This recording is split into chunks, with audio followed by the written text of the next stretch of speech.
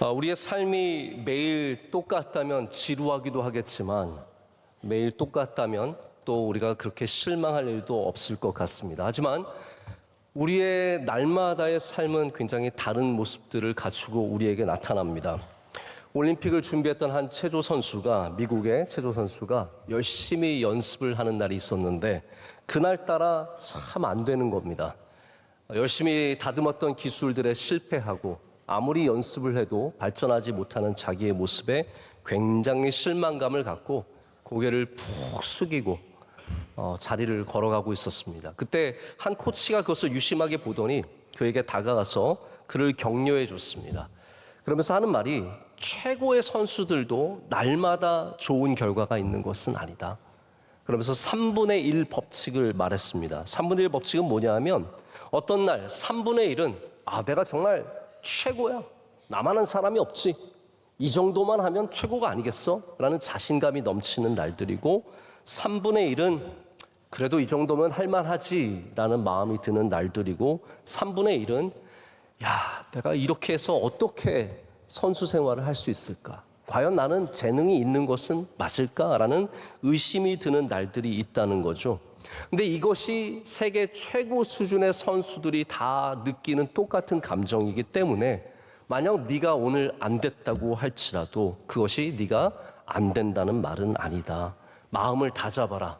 라고 해서 이 선수가 이 3분의 1 법칙을 다시 마음에 품고 어려움을 이겨내면서 올림픽을 준비하고 메달까지 땄다는 얘기가 있습니다. 여러분, 우리의 삶이 이렇게 3분의 1로 칼로 자른 듯이 명확하게 좋은 날, 중간 날, 나쁜 날이 나뉘는 것은 아니지만 다양한 상황이 있다는 것은 누구나 경험하는 일입니다. 여러분, 주일도 마찬가지입니다. 우리가 똑같은 주일을 매주 주일마다 보내고 있는데 어떤 주일은 굉장히 마음의 은혜가 충만하고 하나님 만난 것 같고 예수님께서 나 위로해 주시는 것 같지만 어떤 날들은 그냥 왔다가 그냥 적당히 은혜 받고 돌아가는 날이 있는가 하면 어떤 날은 정말 아무 생각도 나지 않는, 기억도 나지 않는 그런 날도 있지 않겠습니까? 우리가 수고해서 똑같은 열매를 항상 거둘 수 있으면 참 좋겠지만 우리의 삶은 그렇지 않다라는 겁니다. 바로 이러한 모순된 우리의 삶, 불명확한 우리의 삶을 들고 이 전도자 코엘렛은 코웃음을 치는 겁니다. 세상이 쉽지 않다는 거죠. 우리가 지혜를 가져서 잘 살게 된다면 지혜를 갖겠고 부를 가져서 영원토록 그 부를 누릴 수 있다면 부를 갖겠지만 세상이 그렇지 않다라는 겁니다. 그래서 우매자가 더 잘 되는 모습들을 보기도 하고 이 세상은 모순된 것으로 가득하다. 그래서 코엘렛의 언어로 헛되고 헛되다라고 말하는 겁니다. 자, 그러면 이 헛됨에 대한 코엘렛의 진단과 그리고 그것에 대한 대책은 무엇이겠습니까? 즐겁게 살라는 거죠. 이 세상 그렇게 아무리 수고해도 별거 없고 열심히 살아봤자 별거 없고 네가 남들보다 훌륭한 것 같지만 거기도 별거 없기 때문에 헛되기 때문에 그냥 우리에게 주신 음식을 맛있게 먹으면서 우리에게 주신 일들을 그냥 열심히 하면서 적당히 즐기며 살아가라. 이것이 바로 코엘렛의 대책입니다. 우리 전도서 안에 사실 굉장히 다양하고 풍성한 얘기들이 많이 담겨져 있습니다. 그런데 제가 이번 여름에 여러분과 나누는 것들은 전도서 안에 있는 주제들입니다. 그래서 여러분과 함께 계속해서 여러 주제들을 다뤘는데 오늘 네 번째로 기쁨에 대해서 함께 생각을 해보고자 합니다. 그런데 여기 코엘렛이 말하는 허무함, 수많은 허무함에 대해서 우리가 어떻게 기뻐하며 삶을 보낼 수 있을까요? 자, 다시 말씀드리지만 코엘렛이 이 전도자가 헛되다고 말하는 모든 것 가운데는 불공평함, 공평하지 않음의 문제가 있습니다. 불확실한 문제가 있습니다. 저는 이걸 이중성이라고 말하고 싶은데 모든 것들이 다 완전하지 않기 때문에 양쪽의 모습을 다 갖고 있다는 거죠. 그래서 여러 번 반복해서 말하는 것이 수고한 일꾼들이 별로 얻는 것이 없다라고 강조를 합니다. 8장 14절에는 의인들이 악인처럼 벌을 받는다라고 말합니다. 우리가 의인으로 살면 참 훌륭하게 살아가고 존경받을 것 같고 이 땅에서 많은 좋은 것을 누릴 것 같지만 때가 보니까 의인들이 악인처럼 벌을 받는 것도 보인다라고 말하는 것이죠. 우매한 자가 크고 높은 자리로 올라간다고 합니다. 여러분 그런 거 경험해 보신 적 있으십니까? 나보다 훨씬 못한 사람이 나보다 훨씬 높은 자리로 올라갈 때 얼마나 세상이 불공평하게 느껴집니까? 그때 우리가 집에 가서 밥이나 잘 먹자 한다는 거예요. 이게 코엘렛이 주는 어떻게 보면 우리 삶의 이 불공평함에 대한 우리가 대할 수 있는 기쁨의 자세라고 제시를 하는 겁니다. 우리가 부유함을 가져도 하나님의 하시는 일들을 보면은 우리가 그것을 잘 누리지도 못하게 하실 때가 많다라고 6장 2절에도 말합니다. 우린 전도서 내내 이러한 이중성, 모순, 불공평함을 만납니다. 제가 뭐 대표적인 구절이라고 말할 수 없지만 코엘렛이 말하고 하는 불공평을 한번 들어보십시오. 모든 사람에게 임하는 그 모든 것이 일반이라 의인과 악인, 선한 자와 깨끗한 자와 깨끗하지 아니한 자, 제사를 드리는 자와 제사를 드리지 아니하는 자에게 일어나는 일들이 모두 일반이니 선인과 죄인, 맹세하는 자와 맹세하기를 무서워하는 자가 일반이로다. 자 보세요. 아멘이 안 나오죠? 우린 보통 성경 구절 읽고 나면 아멘 하잖아요. 근데 이거는 그게 맞습니다라고 말하기가 어려운데 이게 또 맞는 말이에요. 여러분들도 지금 그 안에 굉장히 모순이 있으실 겁니다. 내가 이거를 믿어야 하는가? 아니면 이것이 아니라고 뭐라고 말을 해야 되는가? 지금 코엘렛은 아주 현실적인 얘기를 하는 겁니다. 실제로 오늘도 이렇게 힘들게 더운 날, 제가 지금은 부채질 하시는 분이 없으신데 얼마나 더웠으면 이 안에 올라오셔서 계속 부채질, 그러면 큰 도움이 되는 것도 아닌데 막 부채질 엄청 열심히 하십니다. 이 더운 날 집안에 앉아있으면 얼마나 편합니까? 우리가 예배하기 위해서 이렇게 힘들게 여기까지 왔습니다. 그런데 나가서 보면은 예배하지 않는 삶과 우리의 삶이 그렇게 별반 다르지 않아요. 일반이라. 뭐 2반 3반이 있는 게 아니라 다 거기가 거기라는 말이에요. 여러분 여기에 대해서 어떻게 생각하십니까? 코엘렛이 이 모순된 헛됨을 얘기하면서 우리에게 제시하는 것이 뭐냐 하면 그렇기 때문에 그냥 삶을 즐기며 살라는 것이죠. 기뻐하라는 겁니다. 그래서 오늘 12절과 13절에 다시 한번 귀를 기울여서 들어보십시오. 이렇게 말합니다. 사람들이 사는 동안에 기뻐하며 선을 행하는 것보다 더 나은 것이 없는 줄을 내가 알았고 사람마다 먹고 마시는 것과 수고함으로 낙을 누리는 그것이 하나님의 선물인 줄도 또한 알았도다. 이제 이거는 좀 아멘 하실 수 있으실 것 같습니다. 전도서에는 이 헛됨을 아주 깊이 파고 들어가는 구절이 6번 나옵니다. 우리의 수고에 대해서, 우리의 열심에 대해서, 지혜를 갖는 것에 대해서, 이게 다 헛되고 헛되다는 걸 6번 다루는데 그때마다 코엘렛이 해답으로 내놓는 게 그러니까 먹고 마시는 거 즐기고 너의 삶을 즐기고 수고하는 일을 즐기고 그냥 재밌게 살아라. 그것만이 방법이다라고 아주 현실적인 조언을 우리에게 해줍니다. 그래서 여러분 제가 누누이 강조하지만 전도서는 현실적인 삶에 가장 지혜로운 사람이 주는 현실적인 해답입니다. 자, 그런데 그 해답의 내용이 무엇입니까? 여러분 군을 다녀오신 남자들은 이 말을 귀에 박히듯이 들으셨을 거예요. 군 생활도 이 코엘렛이 말하는 기한이 정해진 굉장히 헛되고 헛된 그런 시간이라고 볼 수 있는데 군 생활을 하는 사람들이 가장 많이 듣는 말이 뭡니까? 피할 수 없으면 여자분들이 이 대답을 하시면 안 돼요. 피할 수 없으면 즐겨라예요. 그러니까 이 인생이 불공평하고 피할 수 없는 이 모순된 삶을 사니까 너도 즐겨라. 군 생활도 마찬가지고 우리 마음대로 안 됩니다. 뭐 훌륭하면은 잘 박수 받고 그런 세상이 아니잖아요. 그냥 규율에 맞춰서 딱딱 살아야 하는데 그게 즐기라는 겁니다. 저도 기억이 납니다. 군 생활에 낙이 별로 없어요. 그러다 보니까 오늘 말하는 낙이 정말로 다 군에서 누렸던 낙들이에요. 먹고 마시는 거.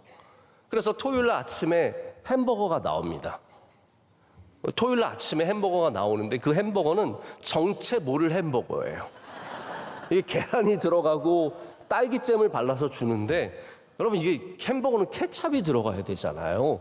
딸기잼을 발라서 주는데 그게 우리의 낙이에요. 그래서 토요일 아침에 햄버거 하나 받아서 우유랑 그걸 먹으면서 군 생활이 다 그렇지, 피할 수 없으면 즐기고 이거나 먹으면서 낙으로 삼자 그러고 서로 햄버거 먹으면서 그렇게 보내는 거죠. 여러분, 그러면 우리가 이렇게 인생을 그냥 먹고 마시는 거 즐기면서 그 정도로 보내면 괜찮으시겠습니까? 여러분, 우리 안에 이것이 해결되지 않습니다.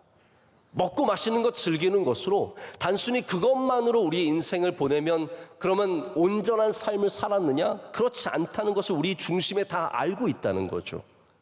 전도서에서는 대표적으로 4개 정도를 우리에게 즐기라고 권합니다. 물론 그 외에는 즐기지 말라는 것이 아니지만 대표적인 게 4가지가 나옵니다. 첫째가 바로 먹고 마시는 것을 누리는 기쁨입니다.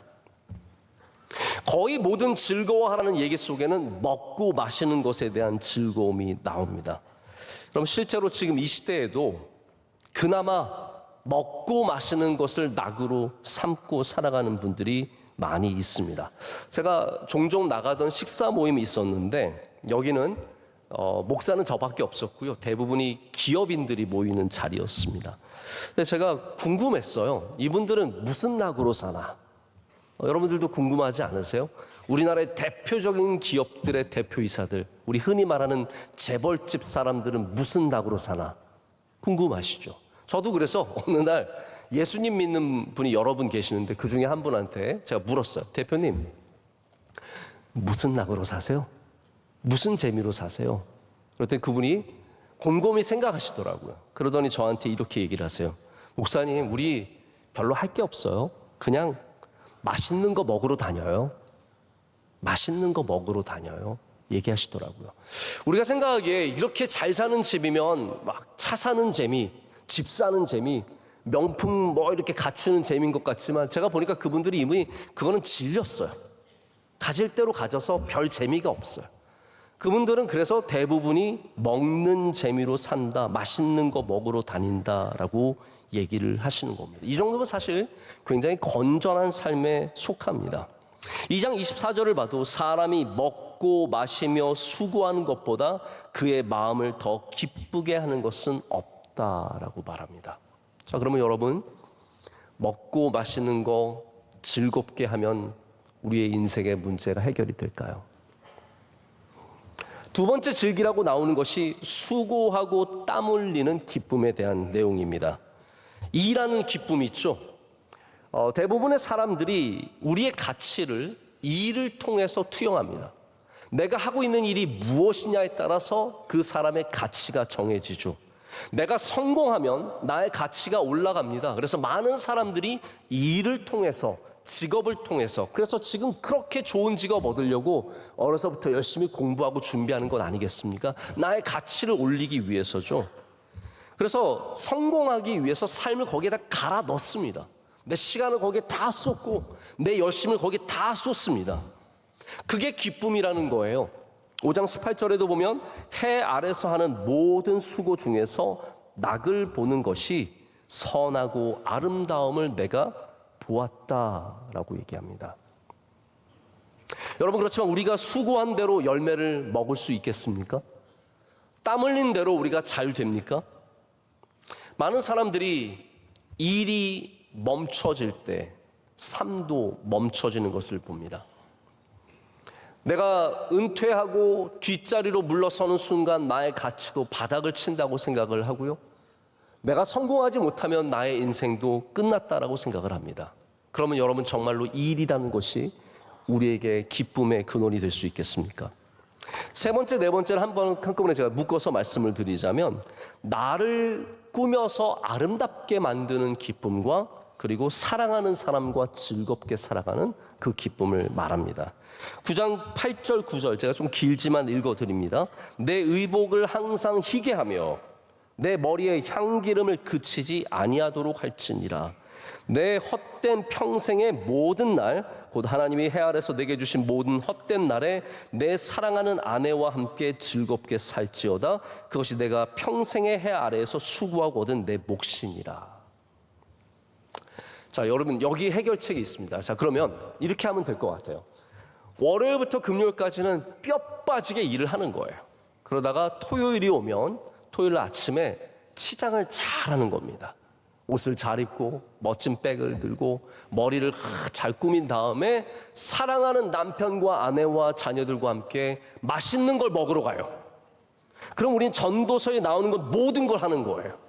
모든 기쁨이 다 거기에 녹아내릴 수 있습니다. 자, 그러면 토요일날 그렇게 한번 하면 우리는 이 불공평한 삶을, 이 불완전한 삶을 행복하게 살아갈 수 있을까요?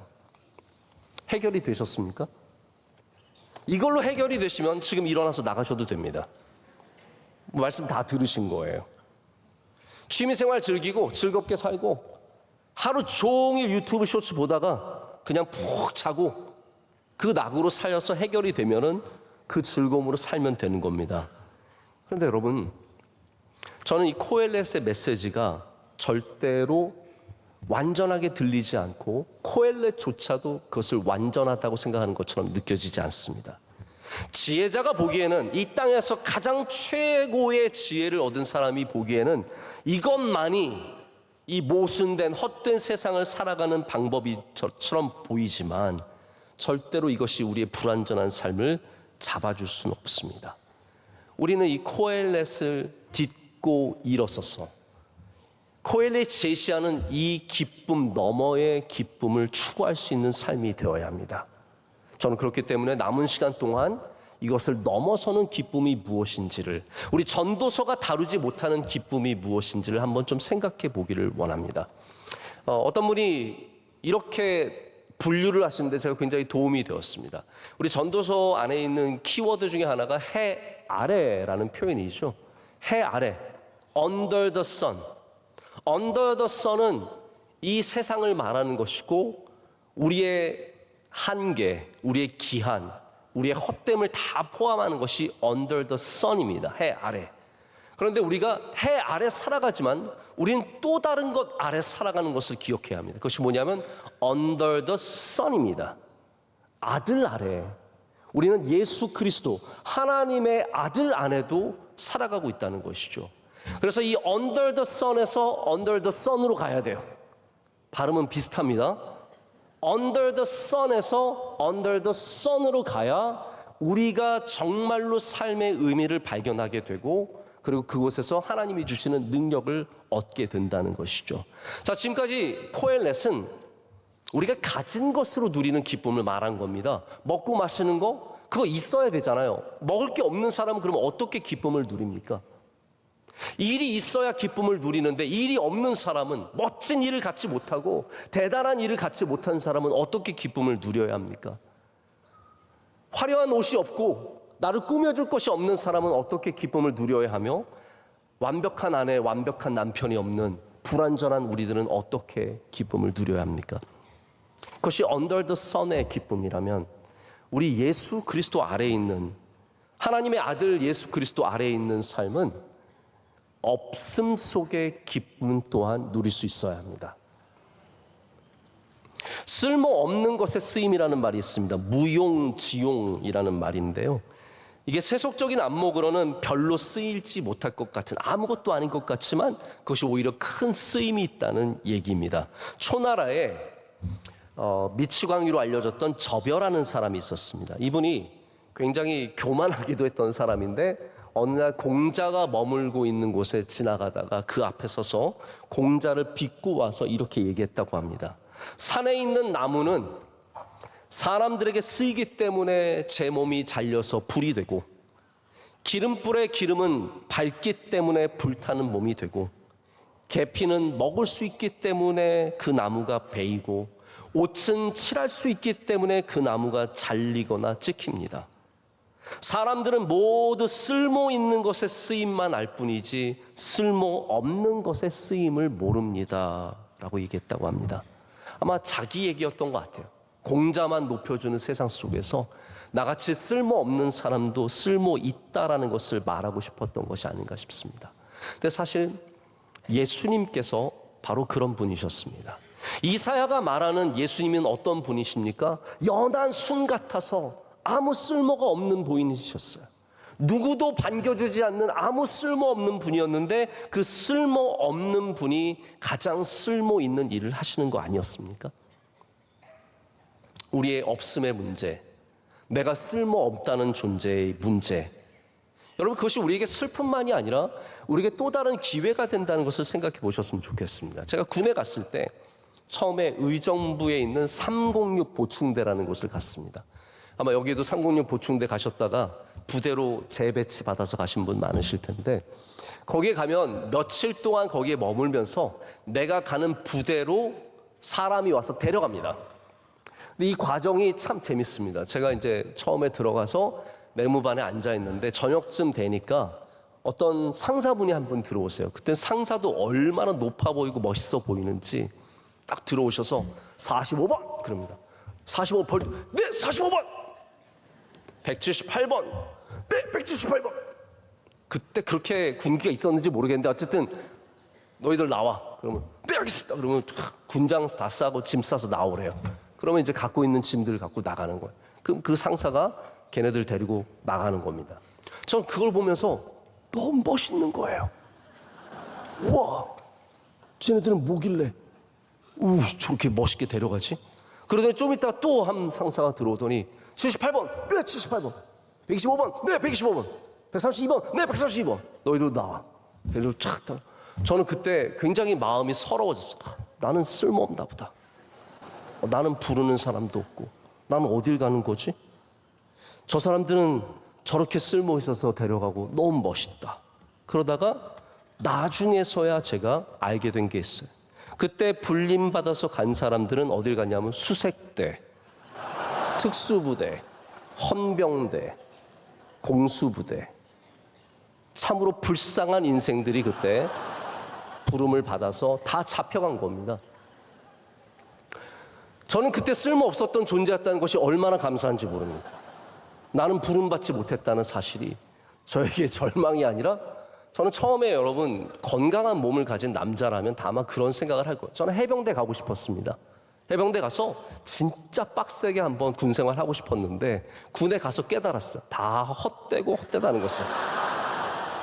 편한 곳이 제일 좋은 거예요. 저는 그때 부름받아서 멋지게 끌려나갔던 그 인생들을 생각하면서 나는 아무것도 아니어서 이런 은혜를 누리고 있구나. 여러분 우리는 다 내가 부름받아서 대단한 자리에만 가야 훌륭하게 쓰임받는다고 생각하지만 어쩌면 우리가 이 자리를 지키고 있음이 가장 쓸모 있는 삶일지도 모른다는 생각을 해보게 됩니다. 여러분 없다는 것은 우리를 슬프게 합니다. 내가 없기 때문에 슬픈 거예요. 나에게는 저렇게 맛있는 먹을 것이 없는 것이고, 나에겐 저렇게 좋은 직업이 없는 것이고, 나에겐 저렇게 화려한 옷과 백과 아내와 남편이 없죠. 해 아래서 무엇을 갖지 못한 사람은 그래서 슬프고 괴롭습니다.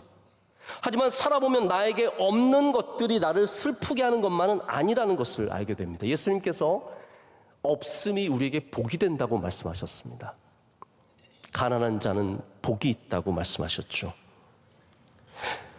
예수님께서 하신 말씀 중에서 열매를 맺게 하기 위해서 우리의 가지를 치신다는 말씀이 있습니다. 우리는 가지가 사라질 때 우리의 대단한 것을 잃어버린 것 같고 그 없음이 우리를 죽일 것 같지만 그 없음이 우리를 더 풍부하게 만드는 사실을 잊곤 합니다.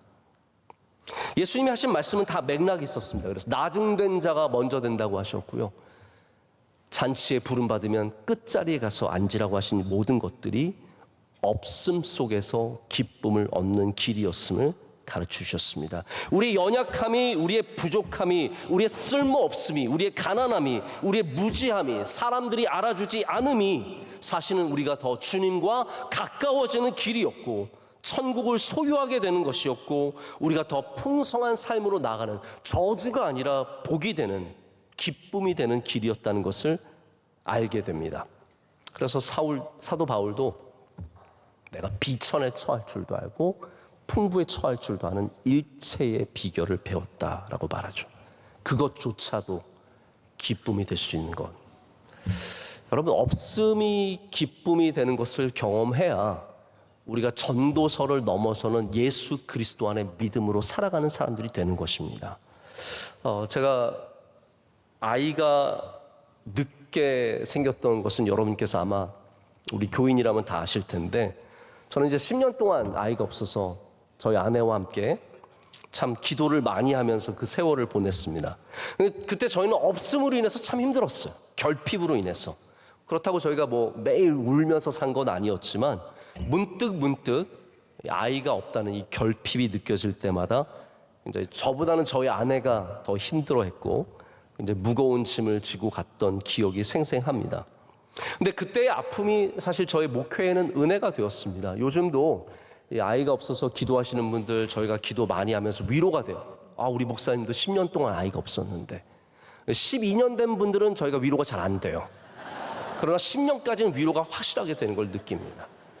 그래서 며칠 전에도 어떤 우리 해외로 파견 가는 가정이 좀 기도해 달라고 해서 잠시 저희 사무실에 왔는데, 얘기하다 보니까 7년 만에 그 집도 애를 낳았대요. 그래서 제가 그랬어요. 비교적 빨리 낳는데요? 7년이면 뭐 별거 아니네. 빨리 가졌네요. 하나님 빨리 주셨네요. 그렇게 얘기를 했습니다. 저는 그때 참 기다리는 시간이 어려웠고 하나님께서 왜 이렇게 힘들게 하시는가 하는 그런 고민도 참 많이 했습니다. 근데 지금 돌아보면 어떤 생각이 드냐면, 왜 그때 내가 그 없음을 기쁨으로 살지 못했을까라는 생각. 그 자유함을, 그 평안함을 왜 내가 기쁨으로 누리지 못하고 살았을까? 지금 돌아갈 수 없는 그 시간이 근데 우리는 없으면 주눅 들거든요. 없으면은 숨어 들어가고 스스로 작아집니다. 예수님 아래에 있는 우리들은 전도서가 보여주는 가짐으로 인해서 누리는 기쁨만이 아니라 가지지 못한 중에도 예수 그리스도로 말미암아 기쁨을 누리는 존재가 되어야 합니다. 오늘 우리가 기뻐하는 것은 먹을 것이 많아서가 아닙니다. 마실 것이 많아서가 아닙니다. 내 일이 대단한 일이어서가 아닙니다. 내가 멋지기 때문에, 나의 가족이 대단하기 때문이 아니라 그것만이 우리의 기쁨이 아니라는 거죠. 그래서 하박국이 뭐라고 얘기했습니까? 외양간에 소가 없을지라도, 무화과 나무에 열매가 없을지라도 내가 여호와로 인하여 기뻐하리로다. 우리 그리스도인이 된다는 것은요, 정말 예수님 믿는 사람이 된다는 것은 없는 중에도 예수 그리스도로 말미암아 기뻐하는 것을 배울 때입니다. 기쁨만이 우리의 모순된 삶을 위로하지 못합니다.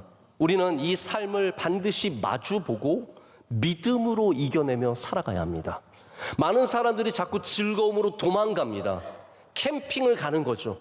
1박 2일 동안 캠핑하면서 나의 이 모순된 삶에서, 이 무거운 삶에서 벗어나서 잠시 즐거움을 누리고 다시 무거운 삶으로 돌아오는 거예요. 그러니까 매일 책상에 앉아서 캠핑 갈 생각밖에 안 합니다. 어디를 갈까? 자꾸 즐거움으로 도망가기 위해서 현실의 삶이 더 무거워지고 더 괴로워질 수밖에 없는 게 우리의 인생입니다. 우리는 도망가는 사람들이 아니라 마주보는 사람들이 될 수 있어야 합니다. 여러분, 교회는 세상으로부터 도망치는 곳이 아니지 않습니까? 교회는 세상으로부터 도망치는 곳이 아니라 여기서 예수 그리스도의 복음으로 말미암아 힘을 얻어서 다시 세상으로 보냄을 받는 곳입니다. 예배 오셔서 여러분 힘 얻어가시길 축복합니다. 이 시대를 이해하는 가장 중요한 키워드 중에 하나가 도파민이라고 합니다. 제가 한번 예수님 모르는 사람들이 한 90% 정도 되는 젊은이들이 모인 곳에 가서 강연을 한 적이 있습니다. 근데 강연을 마치고 났더니 거기 대표인 우리 집사님이, 목사님 오늘 하신 강연 저희가 짧게 쇼츠로 만들어서 우리 직원들끼리만 좀 나누면 안 될까요? 요즘 직원들이 다 도파민 중독이라서 긴 걸 못 봐요. 짧게 만들어서. 그래서 제가 보니까 제가 30분 넘게 강연했는데 30초로 만들었어요. 그럼 이게 얼마나 억울한 일인지 아십니까? 저는 힘들게 강연을 준비해서 열심히 했는데 30초짜리로 딱 보고 넘기는 거예요. 여러분, 이 시대가 그래서 도파민 중독이라서 내가 정말로 누려야 할 기쁨을 누리지 못하고 다른 곳에 빠져 있습니다. 혹시 여러분 그런 커플들 많이 보지 않으십니까?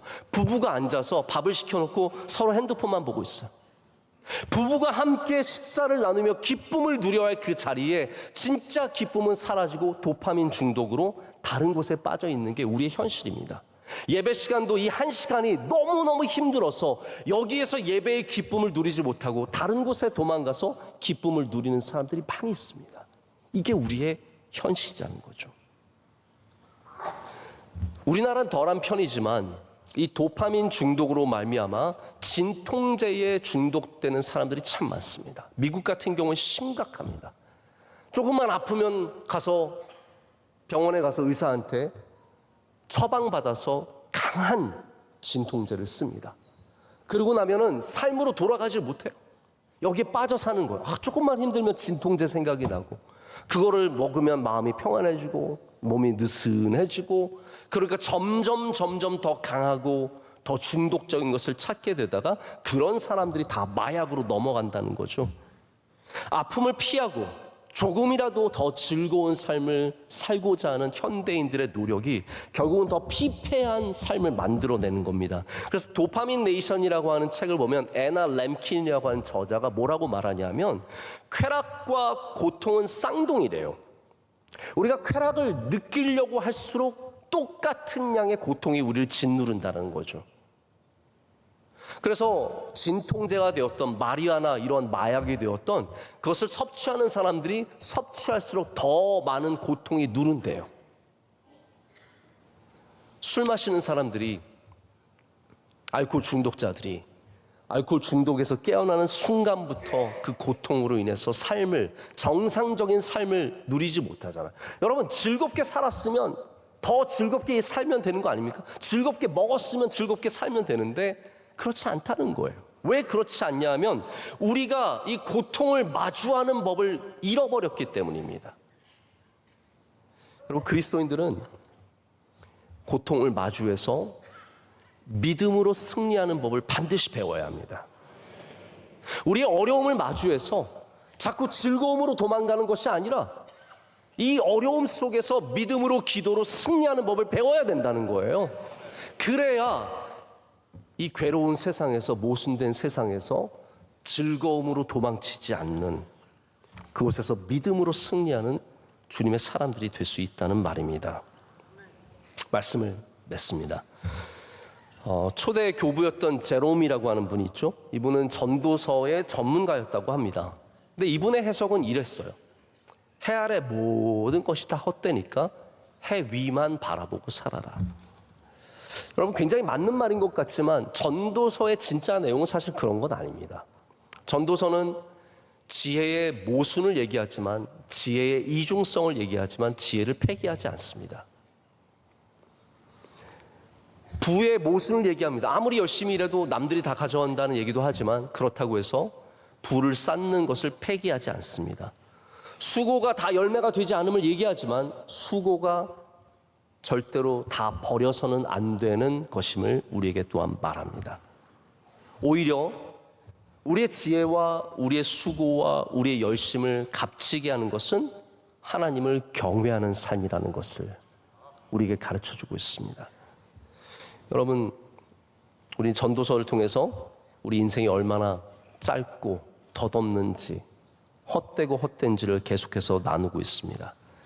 이 짧은 인생을 우리가 예수 그리스도 안에서 참된 기쁨을 갖고 잘 먹고 잘 살고, 우리 가족 간의 기쁨을 누리고 일의 수고의 기쁨을 누리면서 살아간다면 우리는 연약함 속에서도 주님이 주시는 참된 기쁨으로 우리 삶의 어려운 문제들을 이겨내며 때로는 믿음으로 마주보고 승리하는 삶을 살아가며 그 가운데 주님이 주시는 복된 인생을 누리게 될 줄로 믿습니다. 함께 기도하겠습니다. 하나님 아버지, 감사합니다. 오늘도 해 아래 살아가는 우리들에게 해 위에 말씀을 던져주시니 감사합니다. 이 시간에 우리 마음속에 있는 여러 가지 어려운 마음들 다 주님께서 제하여 주시오며 우리 예수 그리스도께 주시는 평안의 마음을 갖게 하여 주시옵소서. 우리의 삶의 어려움을 만날 때마다 즐거움을 찾던 우리들이 어려움을 만날 때마다 예수님을 찾는 귀한 믿음의 사람들 되게 하여 주시옵소서. 예수님의 이름으로 기도드립니다. 아멘.